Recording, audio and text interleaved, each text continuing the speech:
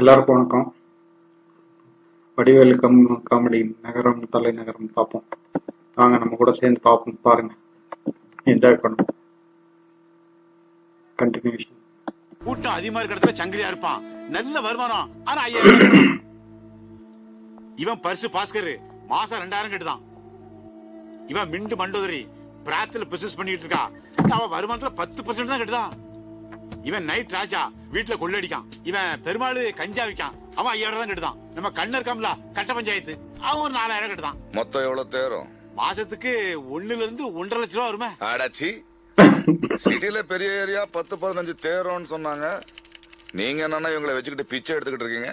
நீங்க சொன்ன மாதிரி நம்ம ஸ்டேஷன்ல மாமூல் கொட்டை கொண்டு கொட்டுச்சு. அது எப்ப தெரியுமா? ரைட்டுன்னு ஒரு ரவுடி இருக்கும்போது. இப்ப என்ன செத்து போயிட்டானா? தெரிஞ்சுட்டான். திருந்துட்டானா? தப்பா இருக்க. அவனை பார்க்கணும். வர சொல். யாரு ரவுடின்னு சொல்லி ஜீப்ல யாரி வந்துட்டான் தெரியல. சாதாரண ரவுடி இல்ல, மிகப்பெரிய ரவுடின்னு காட்டுறதுக்காகத்தான் வாண்டடா வண்டியில ஏறி வந்தேன். இதெல்லாம் டவுன் பஸ் நினைச்சேன் வரதுக்கு. ஹலோ, டவுன் பஸ் மேல ஒரு அடி விழுந்துச்சு. சேகர் செத்துருவேன். யாருடா சேகர்? வேற யாரு? நான் தான்.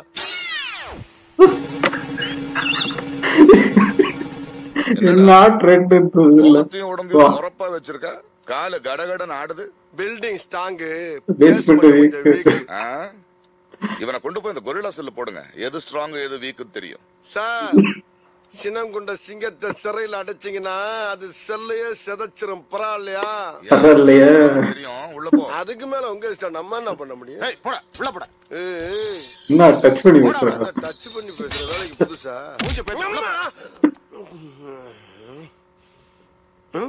யார் அவன்? சேவிங் பண்ண குரங்கு மாதிரி உட்காந்துருக்கான். என்ன குறுகுறுன்னு பாக்குற? என்னடா உம்மா குடுக்குற? இதெல்லாம் ஒரு 100 தடவை பார்த்திருப்பேங்க தனியா. எல்லாரும் நம்ம சேர்ந்து பார்ப்போம். வாங்க.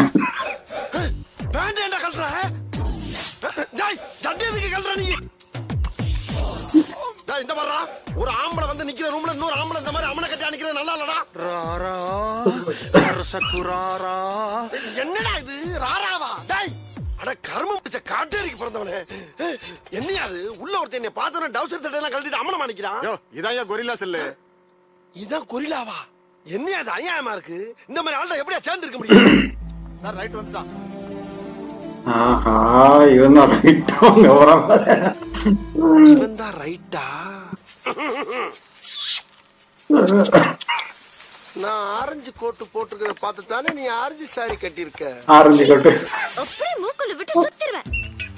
சைடு போஸ்ல சிவன் இருக்காயா? சைடு போஸ்ல. திவ்யா, நீ கொடுத்த ஐடியால சோடா கம்பெனி வச்சு நல்ல லாபம். இன்னைக்கு எல்லாருக்கும் சம்பளம் கொடுக்கலான்னு இருக்கோம். நீ தான் சம்பளம் வேணான்ட்டியே, அதான் நாங்க எல்லாரும் சேர்ந்து உனக்கு ஒரு கிஃப்ட் கொடுக்கலான்னு இருக்கோம். அவளுக்கு இதுக்கு வேற கிஃப்ட். நான் இதுக்கு குத்துக்கல மாதிரி இருக்கேன். என்னையே கிஃப்டா தூக்கி கொடுங்க. அவரையே அவளுக்கு கிஃப்ட் கொடுக்கறதெல்லாம் இருக்கட்டும். முதல்ல நாமெல்லாம் சேர்ந்து அவளுக்கு ஒரு வளையல வாங்கி கொடுப்போம். வளையல என்ன, சின்ன மோதிரத்தையும் வாங்கி கொடுத்துருவோம். I know. அவ உடம்ப டச் பண்ற எந்த பொருளா இருந்தாலும் மாமங்கார நான் தான் வாங்கி தரணும். அவ மனச டச் பண்ற எந்த பொருளா இருந்தாலும் அண்ணங்காரங்க நீங்க வாங்கி கொடுங்க. I don't care. சரி, என்ன வாங்கி தரணும்? சீட் எழுதி கொடுங்க, குலுக்கி எடுப்போம். நான் சொன்னதான் வரும். சுமார் எடுறா. இப்ப தெரியுமா? நான் சொன்ன பட்டு புடவைதான். நான் சொன்னதான் வருது பாரு. முதல்ல பாப்போம். நாள் முழுக்க சென்னையை சுத்தி காட்டணும். சென்னையை சுத்தி காட்டணுமா? நான் சுத்தி காட்டுறேன் டார்லிங். கார்ல வச்சு சுத்தி காட்டவா, ஆட்டோல வச்சு சுத்தி காட்டவா, மோட்டர் பைக்ல சுத்தி காட்டவா, இல்ல உன்னை அலேக்கா தூக்கி என் தோல்ல வச்சு சுத்தி காட்டவா? கிஸ் பண்ண போறியடா டார்லிங்? போடையில வச்சு சுத்தி காட்டு. ஏப்பா, அவ என்னமா என்னை லவ் பண்றான்னு என்னை பார்த்தாலே கொலவரியா கொதறி தள்ளுறாளையா? கொலவெறி கூடிய சீக்கிரம் காதல் வெறி ஆயிடும்பா. யாருக்கு? யாருக்கோ? யாருக்கோ எல்லாம் கிடையாது, எனக்கு ஆகணும். எல்லாரும் ஒரு நிமிஷம் வேலையை ஸ்டாப் பண்ணுங்க. மறுபடியும் நான் ஒரு கதை சொல்ல போறேன். ஒரு கருப்பு கிளி ஒரு சிவப்பு ரோஜா மேல உசுரையே வச்சிருந்துச்சான்.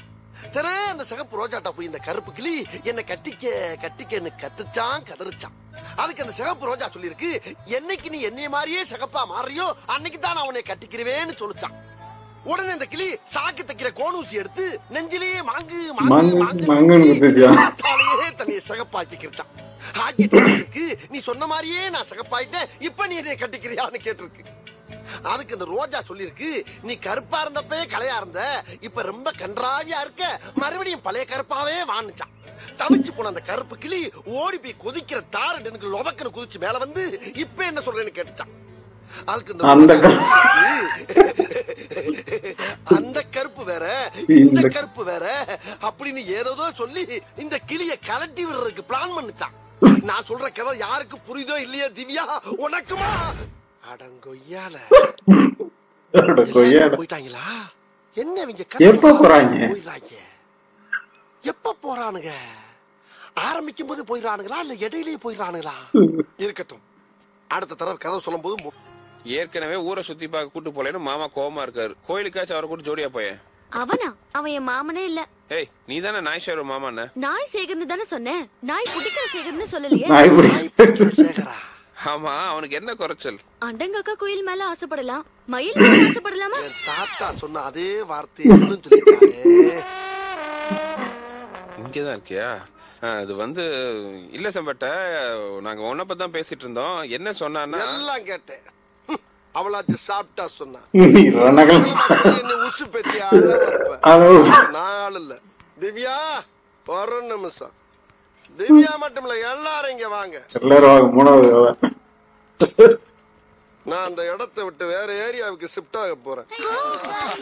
சந்தோஷம். முன்னால ஒரு சுமால் கதை ஒண்ணு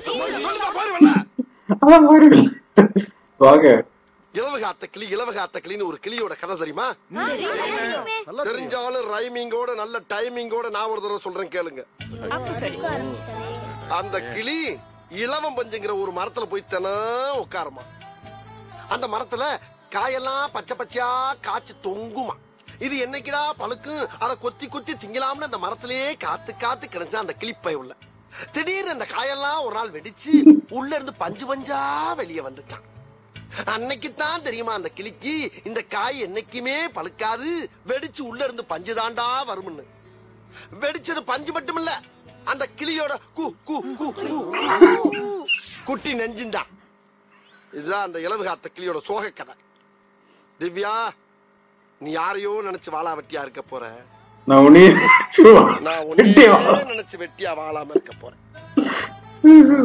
வர்றேன்.